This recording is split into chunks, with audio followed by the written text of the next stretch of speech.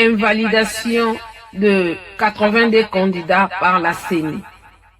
La CENI a invalidé 82 candidats postulés aux élections législatives, provinciales et communales dans certaines circonscriptions pour cause de la fraude, la corruption, le vandalisme des équipements électoraux, détention illégale des dispositifs électroniques de vote et violence contre le personnel de la CENI.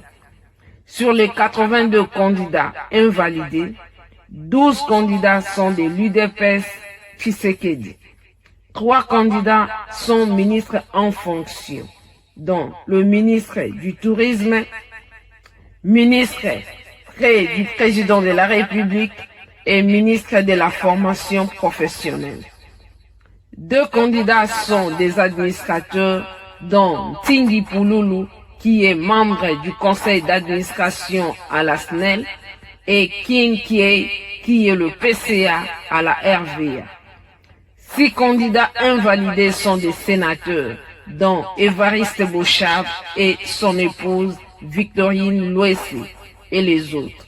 Un candidat est ministre provincial de l'éducation.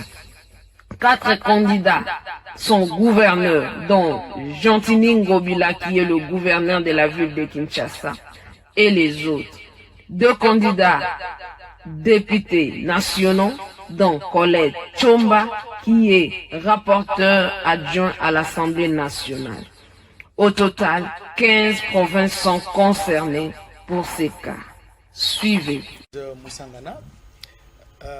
Les 82 députés nationaux et provinciaux qui ont été invalidés, ils sont poursuivis pour corruption, vandalisme de matériel électoral de la CENI, incitation à la violence, détention du DEV, dispositif électoral de vote, qu'on appelait autrefois machine à voter. Oui. Votre commentaire par rapport à ça?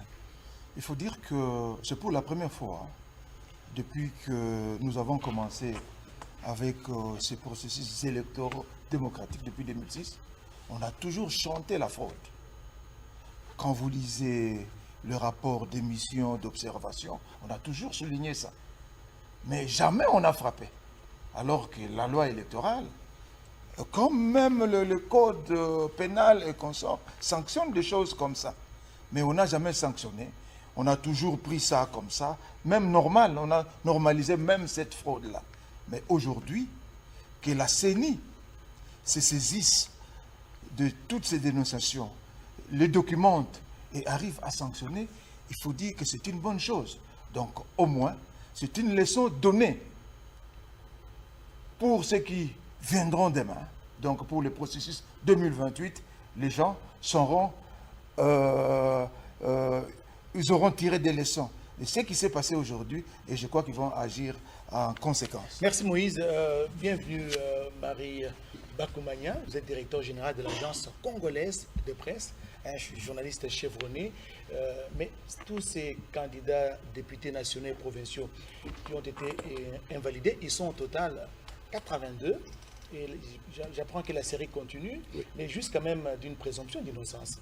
Oui, absolument. Il faudrait que la CENI ne dise pas que il a annulé les suffrages, c'est le terme qu'ils ont utilisé. La CENI a annulé les suffrages de certains candidats, mais il faut qu'ils apportent des preuves. Donc je crois que les candidats n'ont pas à s'agiter. Il y a encore une possibilité.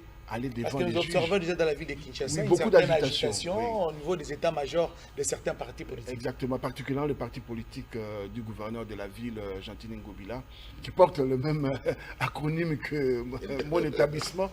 Donc, ACP. Oui, il faudrait qu'il se calme parce qu'il y a la possibilité d'aller devant le Conseil d'État, devant les juridictions compétentes. Mais seulement, je voudrais quand même répondre à la question que vous avez posée à mes prédécesseurs pour constater que la CENI est passée à la vitesse supérieure. Nous n'avons jamais vécu des cas pareils et aujourd'hui, il y a eu des ratés, il y a eu des violences sur les agents de la CENI. Ce sont des choses que nous avons vécues et tout le monde attendait la CENI justement sur ce point-là pour qu'il y ait des réponses. Parce que souvent, nous Congolais, nous limitons. Et pour ne pas vous couper, Denis Kadima, avant la publication des résultats provisoires à la présidentielle du 20 décembre 2023, il avait annoncé les couleurs, il avait dit qu'il y avait des fraudes et que la CENI s'apprêtait à sanctionner. Ben justement, la CENI avait reconnu qu'il y avait des fraudes. Et dans notre pays, généralement, on reconnaît que les choses n'étaient pas bien faites et puis on ne tire pas les conclusions. Mais là, on a tiré des leçons et on a sanctionné. Bon, évidemment, on sera devant le juge ou pour se faire rétablir dans ce droit. Mais déjà, la population a maintenant une certaine confiance dans ce que fait la CENI des Kadima qui va crescendo dans la crédibilisation des résultats électoraux. Imaginez qu'il y ait eu des violences que les gens ont vécues, que les gens ont documenté et qu'on ait croisé les bras et qu'on dit il n'y a rien à voir, circuler. Mais aujourd'hui, la population va se dire, vous faites quelque chose, attendez-vous à ce qu'il y ait des conséquences. Même question, Edith Chala, vous êtes analyste politique maison, donc vous êtes journaliste à la RTNC. Votre analyse de la décision prise hier par la Commission électorale nationale indépendante, celle d'annuler le suffrage de certains candidats députés provinciaux nationaux.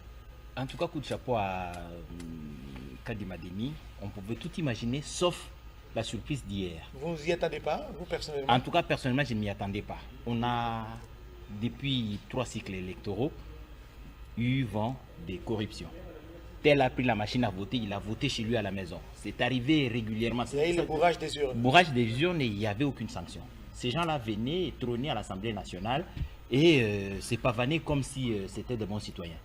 Je crois que la décision de Denis Kadima participe à la moralisation de la vie politique et de la vie publique. Il ne faudrait pas que des gens qui n'ont aucune assise populaire, qui ne sont pas mandatés par le peuple. À l'Assemblée nationale, on y va pour représenter le peuple.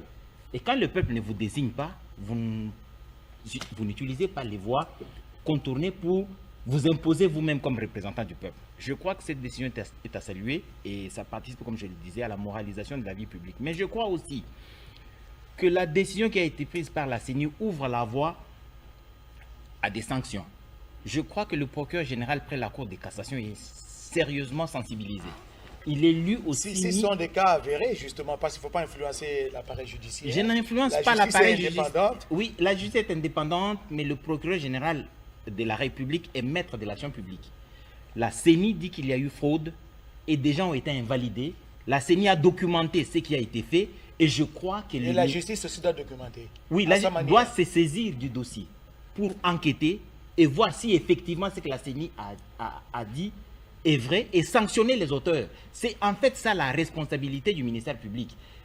Rechercher ceux qui ont commis des infractions et les déférer devant leur juge naturel ou devant leur juge légal. Je crois qu'à présent, il y a de la matière. Des gens ont été invalidés. La CENI a dit qu'elle dispose des éléments de corruption et de fraude avérés. Le procureur général de la République doit se saisir de la question, enquêter et sanctionner les auteurs. Vous partagez cet avis, Sangana? Oui, sans doute, parce que s'il y a abus, il faut la répression. Donc, Je crois que ce que dit Tchala a dit est justifié. Et même, j'ai vu déjà le procureur près la Cour constitutionnelle a fait un communiqué de telle manière qu'on les saisisse, bien sûr, après la publication des résultats. Donc ça participe de la moralisation de la vie politique, comme venait de dire Mehdi Tchala, parce que nous étions dans une jungle, ça il faut le dire. Une jungle, ça veut dire quoi? Une jungle, une Le jungle plus fort, électorale. avec sa loi. Ah ouais. Alors maintenant, je crois que les gens vont commencer à réfléchir par des fois avant d'agir. Avant de poser un acte. Ah oui. Oui, Sakana, vous voulez écoutez, ajouter quelque chose? il faudra vraiment que nous puissions appliquer la loi dans toute sa quintessence. Et en commençant au niveau de la CENI, il faut éviter qu'il y ait des règlements des comptes. Parce que Mais justement, c'est l'argument c'est ça que je voudrais expliquer. Ils estiment qu'il y Non a des seulement le règlements règlement des comptes, mais également 2 poids 2 mesures. Ça veut dire quoi? Je suis content d'apprendre, je venais tout à l'heure, quand je venais là, je viens de suivre la réaction du secrétaire général de l'UDPS, Augustin Kabouya, qui dit il met au défi quiconque d'apporter les preuves, parce qu'il a été nommément cité que lui aussi aurait fraudé, aurait utilisé la machine. Il n'y a pas que lui, il y a aussi Et on a cité beaucoup de gens. Alors lui, il dit qu'on apporte les preuves et il est prêt à démissionner. Donc là, c'est un débat démocratique, c'est un comportement vraiment démocratique et nous voulons encourager. Et au niveau de la CENI, Kadima, en plus du bon travail qu'il fait, il y a une commission qui a été instituée. Est-ce que cette commission fonctionne normalement selon les règles de l'art? Il faut En tout cas, que les notre personnes... souhait, c'est que cette Bien sûr que la CENI a documenté, Voilà. mais comme le disait tout à l'heure mon ami bienvenu, si les personnes incriminées peuvent recourir d'abord au niveau de la CENI avec de preuves au niveau de la même commission, et plutôt de l'Assemblée générale, ils peuvent obtenir gain de cause au cas où ils venaient ils apportaient des preuves contraires. Mais ils peuvent aussi saisir la Cour constitutionnelle, ainsi de suite. C'est aussi ça la beauté de la démocratie. Mais dire que tous ces cas de fraude, de corruption, tout ça, ça peut entamer les résultats généraux. Ça, je dis non, parce que je venais de suivre un débat là. Allez-y rapidement, Ouais. on va y revenir. parce que Je venais de suivre un débat où les gens disaient que bon, comme il y a eu beaucoup de cas de fraude, il faut annuler les lancements. Non, on ne peut pas, dans la mesure où, vous savez que les gens n'ont pas su à l'avance. Et c'est pourquoi la technologie a poussé la CENI à pouvoir attraper les fraudeurs. Nous tous, nous avions laissé nos empreintes. Mais justement, cette question-là, Oui, oui. Bienvenue Marie Bakoumania, je voulais savoir si les dispositifs électoraux de vote, c'est ça, électronique de vote, hein, Électoral. électoral de vote, le DEV, a été un piège pour le candidat. Mais il y a beaucoup d'innovations. Bon. Ah ben, ça a été un Parce que piège quand pour le quelqu'un, on dit parce que fraudeur. parmi les griefs qui sont Oui. reprochés aux candidats qui ont été invalidés, c'est justement la détention illégale de cette machine dans leur maison ou dans leur bureau en train de voter à leur guise. Et cette machine était un piège, a-t-elle été un piège pour ces candidats? Ah ben bien sûr, ça a été un piège pour eux, parce que un piège pour le fraudeur. Parce que un monsieur qui a fait normalement les choses, il vote une fois. Comme moi, honnête citoyen, j'ai voté une fois, je suis parti. Je n'ai pas de raison de traîner pour taper sur la machine plusieurs fois. Ça n'a aucune raison. Et si la CENI se rend compte qu'il y a de telles personnes, c'est tout à fait logique et tout à fait normal que les personnes qui ont été piégées puissent être sanctionnées. Mais par rapport à la sanction, moi, j'inviterais aussi la CENI à aller jusqu'au bout de la logique. Il n'y avait pas que des candidats qui avaient fraudé. Il y a eu également ses propres agents qui ont été Non, ils ont Mais évoqué la décision. Dans la décision, on en a parlé, mais peut-être qu'on n'a pas parlé des sanctions. Ben, moi, je pense que Denis Lui-même, Kadima a promis de sanctionner ses propres Je agents. lance un appel Très vibrant sévèrement, d'ailleurs. à Denis Kadima et à toute la CENI de sanctionner également dans les rangs. Donc, Parce que ceux qui ont favorisé la fraude se retrouvent à l'intérieur de la CENI. C'est eux qui sont en train de ternir l'image. Donc, parmi les agents. Parmi les agents. Et ce qui est également à féliciter dans ces sanctions, et je suis heureux d'entendre que Augustin Kabouya est prêt à démissionner au cas où on citerait son nom, c'est de constater On apporterait des preuves Oui, qu'il aurait apporterait des corrompu preuves. ou volé. Voilà. Ou bourré les urnes. Le plus intéressant, c'est de constater, par exemple, dans la décision de la CENI, que des ministres en fonction ont été sanctionnés. il y en a 3. Des gouverneurs. Hein, et pas de moindre, hein, des gouverneurs de province, des gouverneurs, le Dans la maire de la foulée, capitale. on a cité le ministre Didier Manzenga. Oui, les ministres, les ministres Boulou. près le président de la Manon République. Oui. Hein, donc, un très proche collaborateur du président de la République a été sanctionné. Et on ne le dira pas assez. 12 candidats de la liste UDPS, le parti du président de la République, Il y a aussi ont été ceux-là également de sanctionnés. l'UNC qui ont été indexés. MLC également, donc l'Union sacrée, AFDC aussi, l'Union sacrée a été sanctionnée. C'est dire que la CENI n'a pas fait les choses dans les sentiments.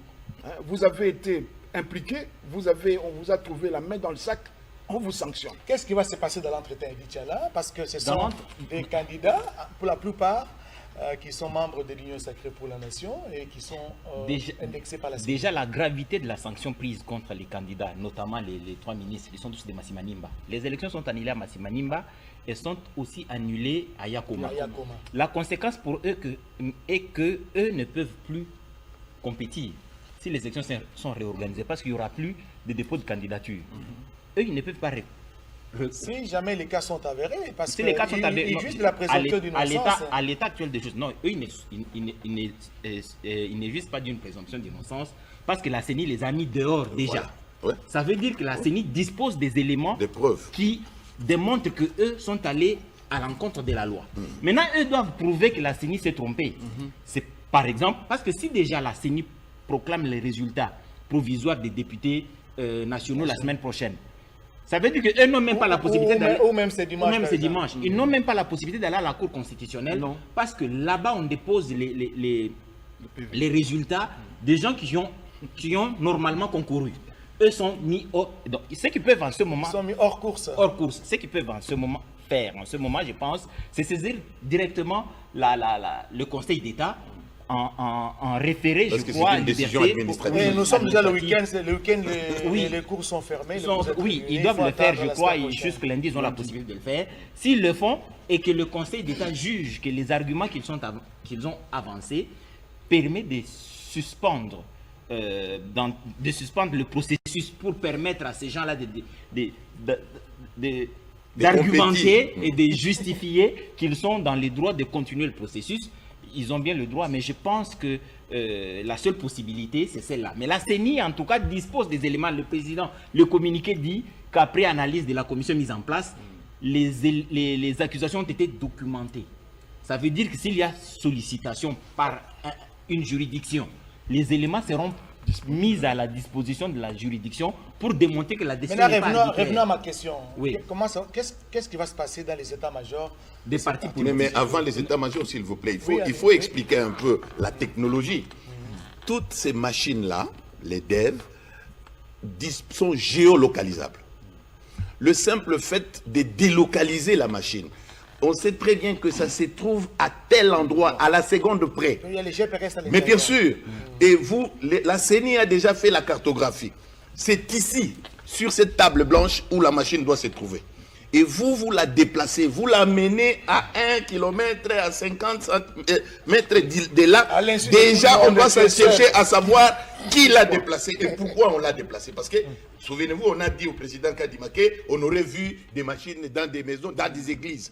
Ça, c'est le premier élément. Le deuxième élément, écoute, mais on ne devrait pas... Non, mais on ne peut pas arrêter le processus. Deuxièmement, avant que la machine commence à fonctionner, il y a un mot de passe. Non seulement un mot de passe, mais il y a un bulletin. C'est là qu'interviennent alors les Bien sûr, il y a un bulletin type d'ouverture qu'il faut donner. Et c'est lui qui a donné le mot de passe. C'est lui qui a donné le bulletin d'ouverture. C'est lui qui a donné des bulletins vierges pour qu'on puisse faire le bourrage. Lui aussi sera sanctionné. Et un dernier élément. Donc c'est toute une chaîne. Nous tous là, nous avons laissé des empreintes digitales. Qu'est-ce qui se passe? Lorsque vous touchez ces bulletins-là, eh bien, dès que vous votez une seule fois, tous les autres bulletins que vous prenez, vous pouvez prendre même 1000. C'est nul. Donc, la machine... Je peux renchérir. Je peux renchérir en donnant un exemple que j'ai vécu. un ami. C'est en 2023. Non, maintenant. Ok, ok. Parce que vous Pour avez... dire qu'il y a quand même un peu de sécurité. Vous avez traversé tous les cycles Il y a un électoraux, peu de hein. sécurité. Un ami qui s'était fait enrôler 2 fois s'est présenté dans son bureau de vote à Bandal. Il n'a pas vu son nom sur la liste. C'est Il automatique. il a essayé de demander de protester. On l'a fait venir. Donnez-nous votre carte d'électeur. Il a donné, paf, paf, paf. On regarde, on dit, monsieur, vous ne pouvez pas voter parce que vous vous êtes enrôlé 2 fois. Ah, c'est votre ami. Non, non, Un c'est mon témoignage ami. vivant. C'est mon épatant. ami. Mon grand ami. Donc c'est pour dire que Alors, il y a quand même, il y a justement quand à la même question. il y a eu beaucoup de marge de sécurité. sécurité. La technologie au service de la Moïse Moussangana. démocratie. Oui. Avant peut-être d'intervenir, il dit, Moïse Moussangana, ma question revient. Qu'est-ce qui va se passer dans les états-majors des partis politiques membres de l'Union sacrée? Vont-ils se prononcer par rapport aux candidats qui ont été invalidés ou bien ce sera un mutisme total? Non, non, mais je crois qu'il y a Bienvenu qui l'a dit ici. La CENI a sorti sa décision. Ceux qui sont invalidés et consorts, ils ont la possibilité de faire recours. Et que s'il est avéré que ces gens, même après recours, qu'on confirme leur incivilité, excusez-moi. Vous passez l'expression. Hein. Passez-moi l'expression. Mais je crois que le parti politique ne peut que se désolidariser. Donc il faut dire qu'il y a quand même certaines pratiques, on doit se départir de certaines pratiques. Mais à propos là, parce que je ne voulais pas laisser passer ça, il y a eu un audio viral qui a cité nommément Kabouya et Peter Kazadi, le vice-premier ministre de l'Intérieur. Par un ministre provincial et consort. Mais il faut lire, je crois que le personnel politique congolais a une incurie. Fait montre d'incurie quand il faut lire la loi. Parce qu'il faut lire l'article 29 évoqué par la CENI pour fonder sa décision. Cet article a dit, je crois, dans la linéa 3, que toute requête doit être formulée par écrit. Parce qu'il ne suffit pas de dénoncer verbalement, il faut les dénoncer par écrit, donc amener des preuves. Acceptons que M. Moutamuntu était au courant. Oui, c'est de lui que vous parlez. Oui, là, où il a vu Kabouya avec des devs. Il appartenait à Moutamuntu en tant que citoyen de constater, de faire constater la détention illégale. Par écrit. En ce moment-là. Mais le fait Donc, s'il ne l'a pas fait, s'il ne l'a pas fait, c'est-à-dire qu'il est victime de ses propres turpitudes. Eddy, tu as Oui, ajouté? j'ajoute même que le fait qu'il reconnaisse avoir vu et qu'il ne l'ait pas dénoncé, Il est complice. il est complice. C'est une abstention coupable. Il doit être poursuivi, ne serait-ce que pour ça. Tu vois, Ça, c'est pratiquement un débat des juristes. Hein. Je suis entouré de journalistes. Je voudrais Oui, ajouter, allez-y, et parce puis que vous allez parler. Rester dans les partis politiques pour aussi soulever une question d'éthique, d'éthique en politique, et que le parti politique devrait intégrer, que les acteurs politiques devraient intégrer dans leur manière de fonctionner. Lorsqu'on est cité dans une telle décision et que ça a provoqué un tollé général dans le pays, la première des choses, la première conclusion que les partis politiques devaient tirer, c'est de demander à leurs délégués de démissionner de toutes les fonctions publiques qu'ils exercent. Ça va leur permettre d'être libres. Mais ce n'est pas notre culture. Hein. Ah, mais non, il faut c'est pas une culture. Non, avec avec Denis Kadima, aujourd'hui, commencer on peut maintenant. dire que ça doit commencer par là. commencer, On doit oui. commencer quelque part. Et si on peut commencer aujourd'hui, c'est tant mieux. Il faut que ceux qui ont des parcelles de responsabilité démissionnent au nom de l'éthique politique et par respect pour le peuple congolais. Démissionner avant d'affronter la justice ou bien démissionner après la ils sanction? doivent être libres de tout mouvement, ne pas influencer les juges et les magistrats en étant citoyens libres, citoyens lambda. Jérôme Oui, Segala. et en plus de la magie technologique des devs qui a permis à ce que la CENI puisse faire son travail et d'éradier ou d'écarter certains candidats, il faut reconnaître ici le fait que les réseaux sociaux ont aussi aidé la CENI. Parmi les preuves que dispose la CENI, la population étant très éveillée, a commencé à filmer elle-même et à poster. On a des images dans toutes les circonscriptions où ces événements se sont passés, où on est en train de brûler le matériel de la CENI, ou encore on voit quelqu'un en train de donner de l'argent, comme ça on les prend en gros plan. Donc ça aussi, ce sont des preuves irréfutables. Mais parce que vous avez posé la question pour nous, en ce moment où nous parlons, il y a un gros malaise au sein de l'Union sacrée. Et ceux qui dirigent l'Union sacrée doivent vraiment essayer de prendre des dispositions. Pourquoi? Parce que après la fuite de l'audio des profs Mbata qui aurait attribué, bon, vous aviez suivi, donc il y a aussi un problème, le fait que les partis politiques membres de l'Union sacrée pensent qu'il y aura nomination. Et heureusement que Kadima, nomination comme oui, et Kadima a dit Louvounou. C'est-à-dire, il a dit. Il a dit que ça dit sans effet. Que les gens ne pensent pas que... Alors, le problème, c'est quoi? La CENI doit laisser parler les urnes.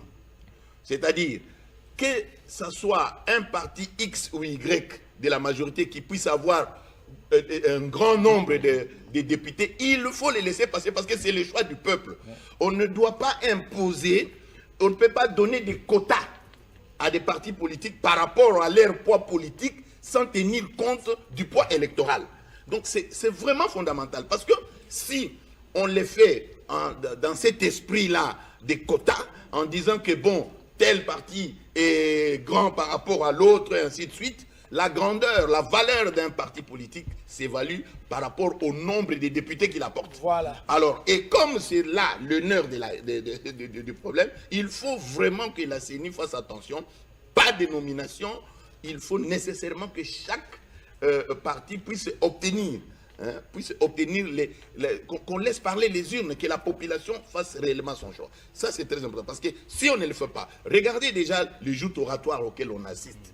Entre l'ACP, l'UDPS et ainsi de suite, tous les autres partis. Si on continue comme ça, on va fragiliser l'Union sacrée, alors que le président de la République qui vient d'être réélu avec un gros pourcentage a besoin de la cohésion au sein même de l'Union sacrée. J'imagine que l'Union sacrée ne sera pas fragilisée parce qu'il y a des partis qui ont commencé à se désolidariser, n'est-ce pas, des candidats qui ont été invalidés. Bien sûr. C'est notamment l'Union de la Nation de Vital Kamere. Oui, l'UNC de Vital Kamere et d'autres partis, même s'ils ne le disent pas expressis verbis à la télévision, mais à l'interne, ils sont en train de prendre des dispositions pour laisser la justice faire son Juste travail. un mot, parce qu'il y a une rumeur qui a circulé dans la ville, au pays, qui pensait que non, on a retardé la publication des résultats partiels, plutôt provisoires des députés nationaux et des députés provinciaux, tout simplement parce que on était en train de s'arranger pour les quotas. Non, il n'en est pas question. La CENI était en train de recevoir, de réceptionner les rapports de la commission ad hoc qu'elle a mise sur pied pour vérifier avant de publier. Vous pouvez vous imaginer que la CENI dit que toi je t'invalide et que demain la personne vienne avec des preuves qui démontrent les arguments de la CENI. Mais c'est grave. Donc il faut éviter ce qui... Je pense qu'il faut aussi dire que la compilation de la députation provinciale, plutôt nationale, provinciale, comme le conseiller communaux, est plus compliquée que la compilation de la présidentielle. La compilation de la présidentielle, c'est un scrutin uninominal, donc un scrutin majoritaire. Et puis il y a 26 personnes, c'était facile. Mais maintenant, pour le législatif national et consort, il faut d'abord vérifier les seuils. Parce que pour être éligible à la répartition des sièges, il faut d'abord atteindre les seuils. Même quand on est éligible au seuil, il y a les quotients électoraux qu'il faut déterminer pour pouvoir attribuer les sièges. Donc c'est un peu compliqué et surtout, avec, si c'était le scrutin majoritaire, même au législatif, c'était facile. Mais c'est le scrutin proportionnel avec le grand reste. Donc c'est un peu compliqué. Merci Moïse Moussangana. Rachel Kissita, notre consoeur, vient de nous rejoindre sur ce plateau. C'est la seule dame. Honneur aux dames. Bienvenue Rachel. Merci. Je voudrais avoir votre commentaire. La CENI a annulé hier les suffrages de 82 candidats, députés nationaux et provinciaux, votre commentaire, vous, en tant que journaliste et analyste politique. Oh, merci déjà pour l'invitation, directeur Oscar. Bonjour à tous les téléspectateurs qui nous suivent à travers la République et en dehors des frontières sur la télévision nationale congolaise. Ben, écoutez, moi je pense que on s'attendait à ça.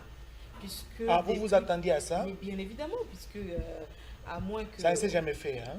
Non, mais parce que déjà c'était inévitable les sanctions.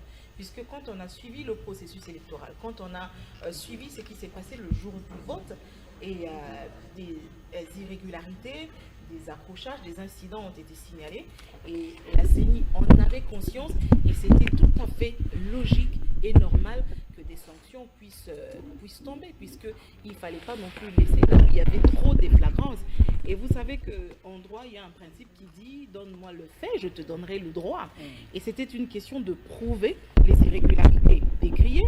Ben, la CENI a été saisie, elle-même détenue de preuves. Il y avait des vidéos, des photos et des témoins qui ont vu bien naturellement. Et vous êtes sûr que les sanctions vont s'en suivre la plupart du temps? Mais les parfois on sanctions annonce sont avec déjà là. pompe certaines irrégularités et quelques temps après, les mêmes gens sont en train de circuler librement, ils ne sont pas inquiétés.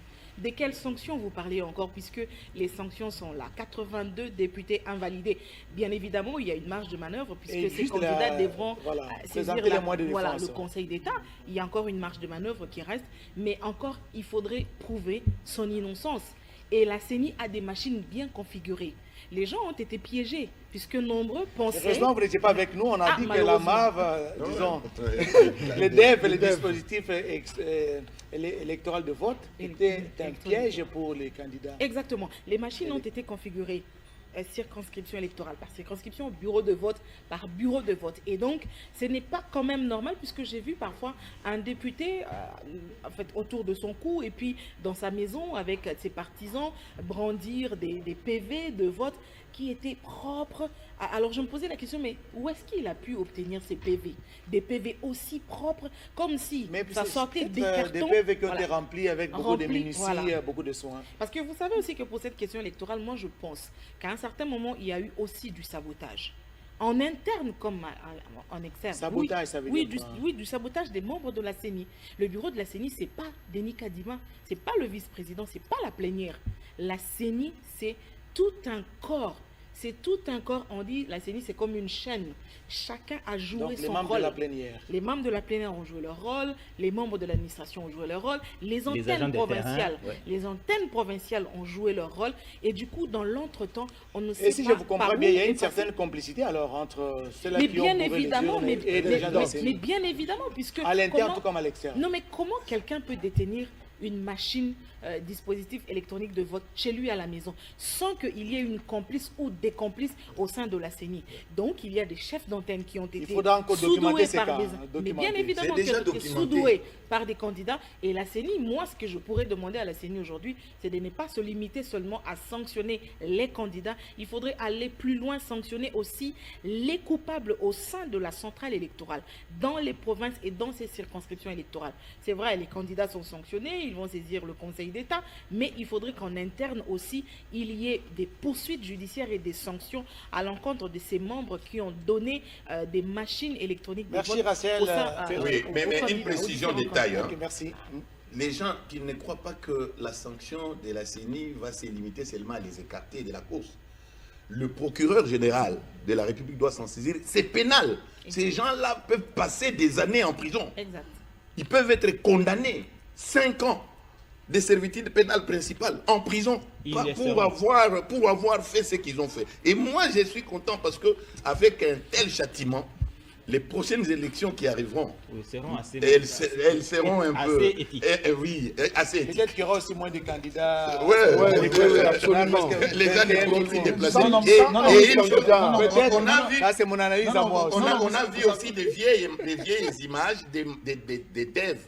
Des élections de 2018, il faut faire très attention. La diminution du nombre de candidats est liée à beaucoup de choses. D'abord, à l'assainissement de l'espace partisan. Donc, ce n'est pas normal, un pays qui a 900 partis politiques. C'est pas possible. Plus de 1000. Donc, il faudrait d'abord qu'on commence par appliquer la loi qui existe aujourd'hui. Parce que si on applique cette loi, Parce qu'il y a des partis politiques qui sont des partis mallettes. Bien sûr. Il y a Ça des veut partis... dire, Malais, ça veut dire quoi? Mais ils n'ont pas de sièges. Même pas Il des est le sièges. seul membre. Ils n'ont pas la Même le représentativité président national, nationale.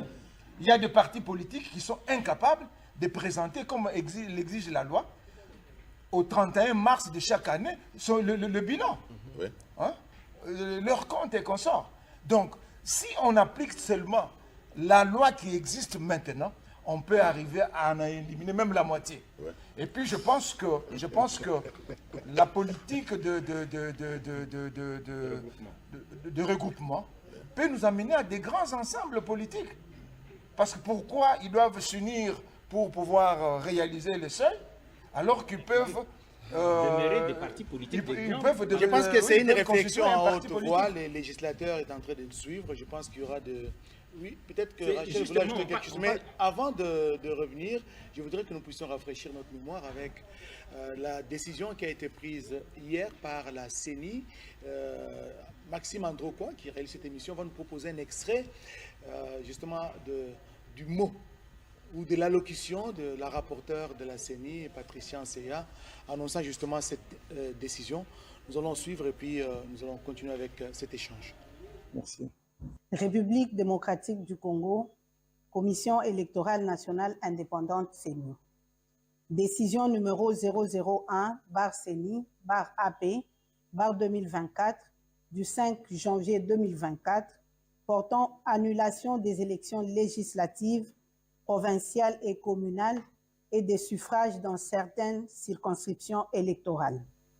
L'Assemblée plénière, vue telle que modifiée à ce jour, la Constitution de la République démocratique du Congo du 18 février 2006, spécialement en son article 211, vu la loi numéro 10/013 du 28 juillet 2010 portant organisation et fonctionnement de la Commission électorale nationale indépendante, telle que modifiée et complétée par la loi organique numéro 13/012 du 19 avril 2013 et la loi numéro 21/012 du 3 juillet 2021, spécialement en ses articles 3, 9.1, 23 ter, 24, 29, 30 et 31, vu la loi numéro 06/006 portant organisation des élections présidentielles, législatives, provinciales, urbaines, municipales et locales,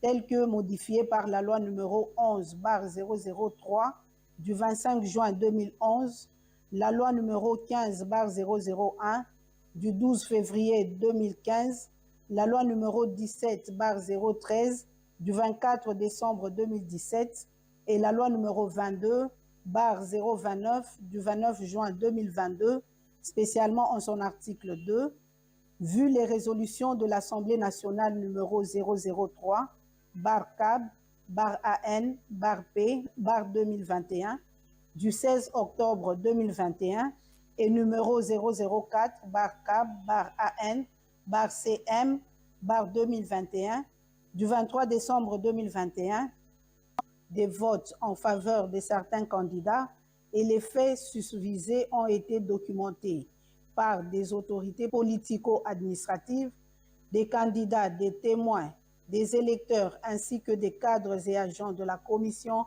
électorale nationale indépendante, considérant que les vérifications approfondies dans la base des données de la Commission électorale nationale indépendante ont révélé une progression anormale des suffrages de certains candidats dans certains centres de vote, considérant le caractère flagrant des faits incriminés, lesquels ont été perpétrés en violation des dispositions législatives et réglementaires régissant les élections législatives, provinciales et communales dont les noms sont repris à l'annexe 1 de la présente. Article 3. Le membre du bureau ayant en charge le scrutin et la collecte des résultats, ainsi que le secrétaire exécutif national, sont chargés, chacun en ce qui les concerne, de l'exécution de la présente décision qui entre en vigueur à la date de sa signature. Merci Maxime Androcois, réalisateur de cette émission. Retour sur ce plateau. Là, c'était Madame le rapporteur de la CENI, Patricia Ansea, qui lisait la décision annulant les suffrages des élections pour certains candidats députés nationaux et provinciaux. Je voudrais qu'on réfléchisse à haute voix. Moïse Moussangana, bienvenue Marie Bakumbanya, Rachel Kisita, Edith Chala. Et je voudrais savoir si, quand on annule les résultats, n'est-ce pas, de vote de ces candidats qui ont été invalidés, je voudrais savoir si cette annulation aura une incidence sur les résultats, même provisoires à la présidentielle. Rachel Kisita, je commence par toi. Non, je ne pense pas parce que vous savez que il faudra regarder qu'est-ce que ça représente le pourcentage obtenu par le candidat, par exemple, qui a été proclamé par la CENI provisoirement élu président de la République, et le chef de l'État a une circonscription nationale.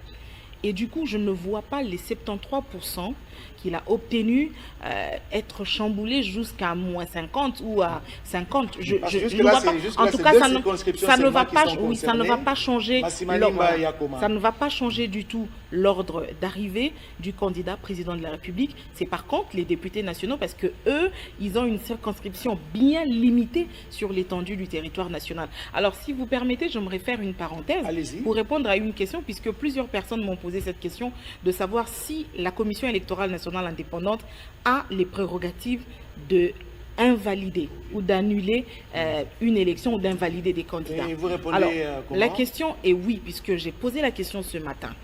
Il faudrait lire la Constitution de la République.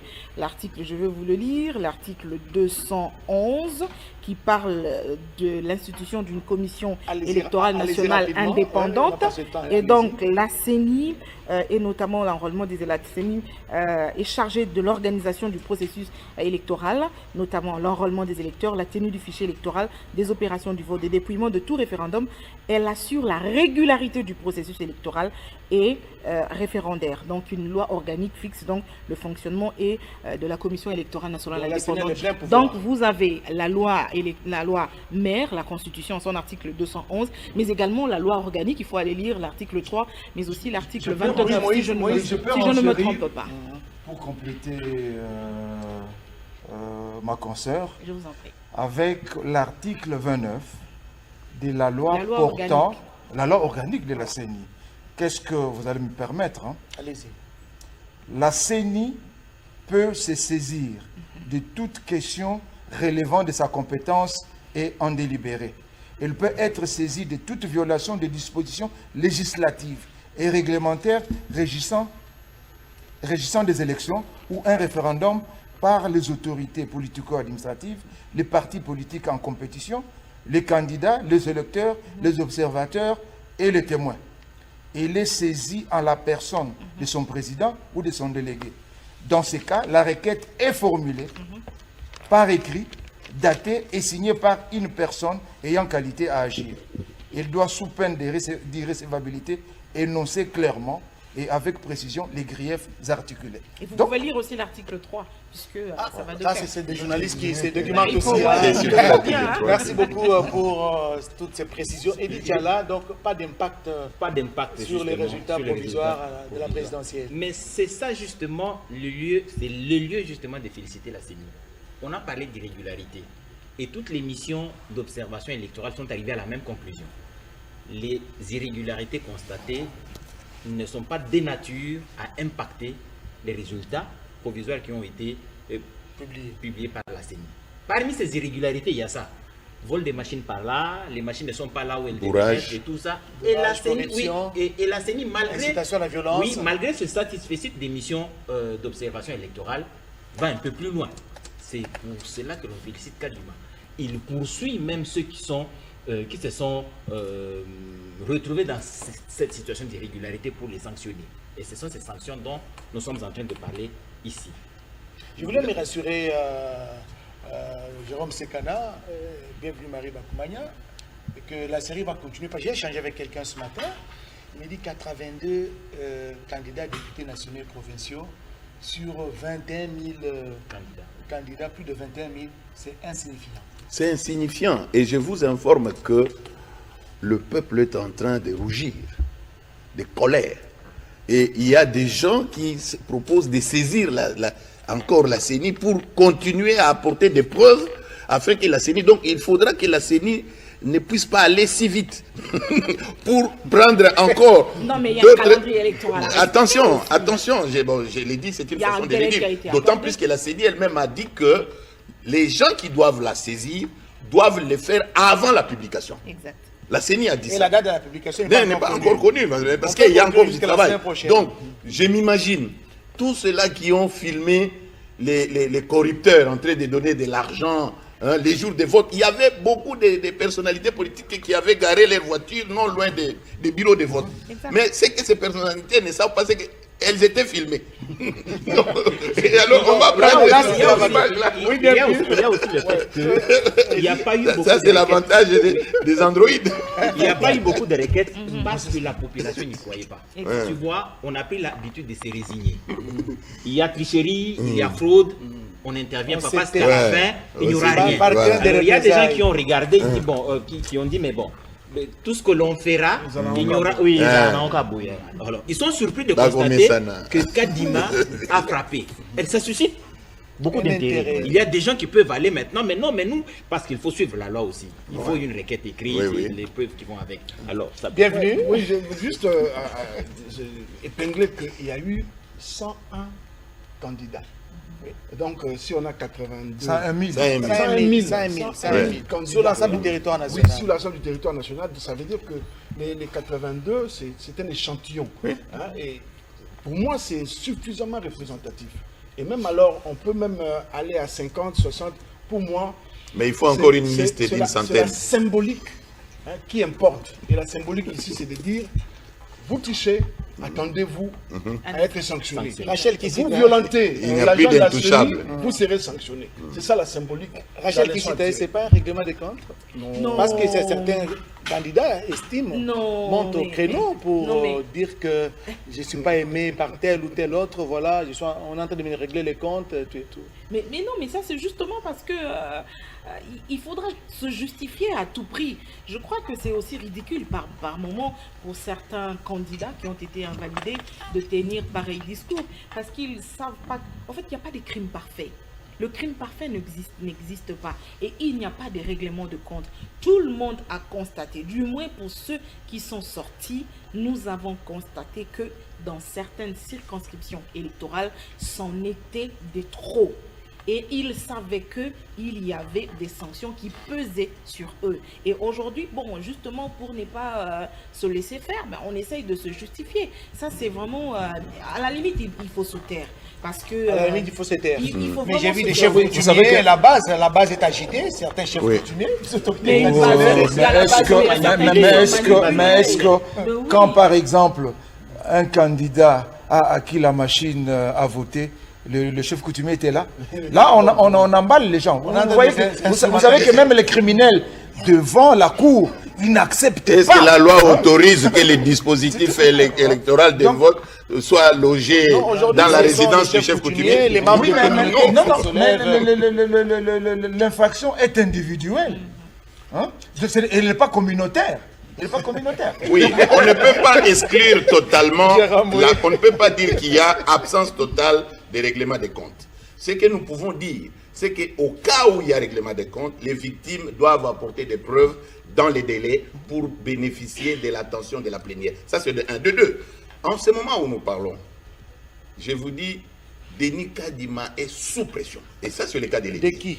Mais tous les politiciens s'agitent. Tout le monde s'agite et ça, il faut s'attendre. Mais les gens doivent retenir une chose. Je regarde bien la caméra. Allez-y. La CENI de Denis Kadima d'aujourd'hui est très différente de toutes les autres CENI précédentes. Exact. Parce que le peuple a acquis une certaine maturité. Là, moi, je commence à applaudir. De demain, je couvre de fleurs Denis Kadima. Je suis témoin des innovations qui donnent de la vraie correction à tous ces délinquants politiques. Parce que vous ne pouvez pas vous imaginer. Regardez les grands noms. Je ne vais pas les citer ici. Ces grands noms, ce sont des mythes dans leur territoire. Là-bas, quand ils parlent, c'est terrible. C'est là qui ont été dénoncés. Mais comment donc? Mais ils sont au moment où je vous les appelez des délinquants politiques. Mais c'est pour cette raison que j'ai dit Kadima doit tenir bon. Et il ne doit pas être complaisant. laissez les urnes parler. Si c'est X qui a obtenu autant, même si c'est 300 députés, laissez-les. C'est le choix du peuple. Pas des arrangements, pas des quotas. Il n'y a pas de quotas au niveau oui, Elie Tchala, Rachel Kissita, oui, je sais que ça s'anime. Oui, sur la question des règlements de compte, quand j'entends ça, ça me fait sourire un tout petit peu. Qui règle les comptes à qui? C'est Kadima qui réglerait les comptes. C'est les jeux des politiciens. Lui n'était pas même. On ferme les yeux. On coince les uns, on ferme les yeux pour les autres. C'est ça le règlement. On ne veut pas que l'autre ait une position très avec un grand nombre ce qui peut être vrai, qu'il y aurait eu des accusations fantaisistes. Oui. Et là, la CENI doit ouvrir les yeux et pour dénicher le faux du vrai. Donc je pense que parler des règlements de compte, c'est un non-sens, mais parler des accusations fantaisistes, ça se justifie. Elie Tchala, avant Rochelle. Dans la moralisation de la vie politique ou dans la vie publique, je crois que la CENI est allée du bon pied. Il faudrait davantage être rigoureux en cette matière pour que les gens se souviennent qu'ils sont dans un état de droit, ils sont dans un état où il y a des lois. On l'avait vraiment oublié, surtout pour les élections. Vous avez 101 000 candidats qui veulent tous aller dans les assemblées représentatives. Ils ne peuvent pas tous être sérieux. Tous ne peuvent pas être sérieux. Ah bon, Elie Tchala, soyons sérieux aussi. Mais justement, la preuve, c'est celle-ci. Bienvenue, Bakoumani a dit tout à l'heure qu'ailleurs, quand on vous cite dans ce genre de choses, vous avez des fonctions publiques, vous démissionnez. Vous commencez par Parce qu'on estime qu'il n'est pas normal qu'on dise d'un ministre qu'il a triché. Pas la personne qui incarne le ministre. La fonction. La fonction d'un ministre qui l'a triché. Qu'on dise d'un gouverneur qu'il a triché. Des mandataires publics qu'il a triché. Honorablement, on dit... C'est pourquoi ici, on estime qu'on est plus grand que la fonction. La fonction est plus grande que la personne qui l'incarne. Les profs d'université qui trichent. Oui, vous mettez un peu à l'écart pour que la fonction soit exempte. Et la fonction soit exempte de ces critiques. Vous vous présentez en tant que personne, vous dites que je suis innocent. Donc c'est une question d'éthique. C'est une question d'éthique. Rachel. Non seulement la sanction doit aller au-delà de la démission. Je soutiens, et moi je rejoins cette proposition de mon estimé grand frère, confrère, bienvenue Bakoumania. Ça veut dire que la fonction doit aller, la sanction, je pense aussi qu'elle doit aller au-delà de la démission. Ça veut dire que pour les prochains scrutins, en fait, les prochaines élections que la CENI va organiser, notamment l'élection des gouverneurs et l'élection des sénatoriales, les candidats sanctionnés aujourd'hui doivent être sanctionnés aussi pour demain. Et il faudrait qu'il y ait une loi qui dise clairement que vous êtes sanctionné pour la CENI, pour la députation, et vous ne pouvez plus vous représenter. Et même si, voilà, pendant 5 ans... On n'a même pas besoin de le dire, parce qu'il faut déposer des CV à la CENI. Il faut le dire noir sur blanc, mais aussi, après la formation du gouvernement, que personne ne soit reproduit. Nous sommes en train de terminer cette émission. Merci, Rachel. Je voudrais juste relever quelque chose. Quand on s'est fait appeler excellence, est-ce qu'on sait que ça représente? Honorable. Excellence, honorable, vénéré. Qu'est-ce que ça représente? Mais quand on n'a même pas de pudeur pour sa fonction. Honorable et tricheur. Alors, je ne vois pas pourquoi on peut hésiter dans la sanction. Donc, il faut qu'on frappe. Ça va donner des leçons aux autres prochaines. Nous sommes en train de terminer cette émission Elie Tchala. Justement, quels sont les enseignements à tirer? Nous allons faire les tours de table de ces cycles, de ces 4e cycles électoral et surtout du comportement des animateurs de la centrale électorale de la CENI. C'est une grande première. Je pourrais prendre le mot de Sekana qui a dit que maintenant là, Denis Kadima est en train de souffler le chaud et le froid parce qu'il reçoit des appels de partout. Parce que là, sanctionne même des gens qu'il côtoie, hein, rassurez-vous. Quels sont les enseignements tirés? Je commence justement par... oui, écoute, d'abord les gens doivent retenir une chose. Il n'y a jamais eu des élections parfaites au monde, y compris aux États-Unis d'Amérique. Les quelques ratés qu'on a observés au pays ne peuvent pas entacher le résultat global. Tous ces cas isolés qu'on est en train de répertorier, il faut corriger cela. Et nous ne devons pas oublier que ça nous a coûté plus d'1 milliard de dollars. À peu près 1,3 milliard de dollars sortis de notre trésor public. Félicitations au gouvernement. Donc, qui mettra la main à la poche? pour organiser encore d'autres. Donc nous n'avons même pas, on ne peut même pas penser à ça. Ceux-là qui pensent que non, on va annuler les élections, je ne pense même pas que la Cour constitutionnelle peut approuver des choses comme ça. De deux, nous devons être quand même fiers de notre CENI. Et vous terminez par là. Je termine par là. Nous devons être fiers de Denis Kadima. Moi, quand je lisais les CV des prétendants à ce poste-là, j'avais constaté que son CV était blindé, costaud par rapport à d'autres. Et il l'a prouvé. Quand il ne faut pas attendre que quelqu'un meure pour commencer à le couvrir, non, il faut le féliciter de son vivant. Donc vous ce le qu'il considérez vient comme de étant un nous héros démontrer vivant. là prouve à suffisance qu'il a l'expertise. Et je suis sûr que c'est lui qui entraîne les autres. Parce que les autres qui ont dirigé la CENI, même dans des plénières, le président s'imposait. Parce que c'est lui qui donne les tonus. Monsieur le président, ne baissez pas la garde. Ajoutez encore une centaine. Toutes les plaintes qui arrivent là, ajoutez une centaine de noms pour qu'on essaie d'assainir. Hein, Merci les Jérôme élections Sekana, Moïse Moussangana. Enfin, moi, je voudrais dire ceci, que nous en discutons.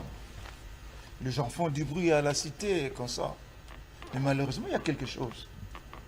Les Congolais, nous sommes très amnésiques. Nous ne nous donnons pas la peine d'évaluer les choses. Rassurez-vous, si vous prenez même tous les partis politiques, depuis 2006 jusqu'en 2018, je présume que ce sera pareil pour 2023, il n'y a aucune partie prenante à la Constitution qui se donne la peine d'évaluer le processus pour en tirer les forces et les faiblesses et essayer de projeter ou d'améliorer demain. Donc, les élections en République démocratique du Congo, c'est comme dit le professeur, l'historien Dayuel, il dit que c'est une matière qui tombe en hibernation après la tenue des élections. On oublie. Et puis c'est à une année de prochaines élections que les gens commencent à se réveiller. Je crois qu'on doit changer d'habitude. Donc dès qu'on termine ce cycle ici, on commence à préparer les prochaines élections tout en ayant tiré les leçons des autres processus. Merci Moïse. Quel enseignement a tiré Rachel Kissita? Ça veut dire que nous sommes dans un processus éducatif pour qu'il n'y ait pas d'hommes forts en République démocratique du Congo, plus que les lois qui régissent notre pays. Aujourd'hui, nous entrons dans une nouvelle ère pour, en ce qui concerne la démocratie et l'organisation des élections. On va dire quand même chapeau bas à la CENI qui a tenu et qui a organisé les élections. Moi, je donne seulement un exemple pour terminer. Quand on publiait les résultats, bureau de vote par bureau de vote, en ce qui concerne la présidentielle, c'est toutes les 26 provinces de la RDC qui suivaient, parce que c'était une publication qui se faisait en direct à la télévision nationale congolaise et les autres chaînes privées de la RDC. Je n'ai pas vu au lendemain de la publication des résultats des tendances de la présidentielle un seul coin de la République où les gens se sont soulevés pour dire « Denis Kadima, vous avez menti, la CENI a menti. Et si nous n'avons pas élu M. X, c'est plutôt le candidat Y que nous avons élu. » Ça n'a jamais été le cas. Il y a la transparence. Et c'est là où je me suis dit, voilà, peut-être pour la présidentielle, en tout cas, on est à plus de 90% que la CENI a fait un très bon travail dans ce sens-là, puisqu'il n'y a aucun endroit du pays. Et nous attendons pour les restes. Et donc, l'exemple qui est donné va aussi ralentir l'élan de certaines personnes qui pensent qu'il faut aller en politique pour gagner et qui pensent qu'il faut faire carrière en politique. Venez en politique pour travailler pour l'intérêt du peuple et si vous ne le faites pas, Rachel, aux élections prochaines, on vous sanctionnera. Et il faut accepter que ça soit ainsi. Il ne faut pas que ça soit vous, parce que c'est vous. Bienvenue Marie Bakouman. Oui, l'exercice que la CENI nous soumet, auquel la CENI nous soumet aujourd'hui, l'exercice d'annulation des suffrages, est un exercice qui vise à crédibiliser les résultats globaux des élections. Parce que là, nous allons épingler, la CENI donc avec le peuple congolais, vont épingler les coins où les choses n'ont pas marché et ça va nous permettre de voir que là où ça n'avait pas marché, ça n'a pas impacté l'ensemble du processus. Et je pense que c'est la meilleure stratégie que la CENI a adoptée. C'est une stratégie qui va faire en sorte que la crédibilité, que la pertinence des résultats électoraux puisse demeurer. Eddie Tchala, quels sont les enseignements à tirer de ce 4e processus électoral? En tout Vous cas, êtes un fils maison, hein, dans oui, les listes justement. maison, vous travaillez à la RTNC. Voilà, rapidement. En tout cas, je crois que c'est pour la toute première fois, comme on a dit, on a félicité la CENI, c'est pour la toute première fois que la CENI va dans la direction du peuple. La direction que voulait le peuple, la CENI l'a empruntée. Je crois que c'est une direction difficile, les chemins vont être rocailleux. Il faudra que la CENI y tienne bon. Mais une chose, c'est un conseil, je pense que la CENI en tiendra compte. L'administration de la CENI devra ficher quand au bout du rouleau, on se sera convaincu que ceux qui sont corrupteurs et des corrompus, on aura la preuve finale, il faudrait qu'ils soient fichés pour que plus jamais ils ne compétissent pour des postes officiels. Nous devons être rigoureux pour avoir un pays développé. C'est la seule chose que l'on puisse faire. Voilà, c'est votre point de vue. Merci à Dieudonné Yangoumba, merci à Maxime Andropois qui ont réalisé cette émission. Merci à la haute direction de la radio-télévision nationale congolaise. Merci au ministre Patrick Mouyaya, n'est-ce pas, qui nous laisse... Oui, bien entendu. Oui, qui nous laisse vraiment cet espace. C'est aussi ça, les changements de narratif. Il y a compétit honorablement. Voilà, merci à vous tous de nous avoir suivis. Je pense que les débats vont se poursuivre dans les couloirs. Et bonne suite de programme sur votre télévision. Surtout, merci à vous tous d'être venus. Excellente soirée à tous. Au revoir.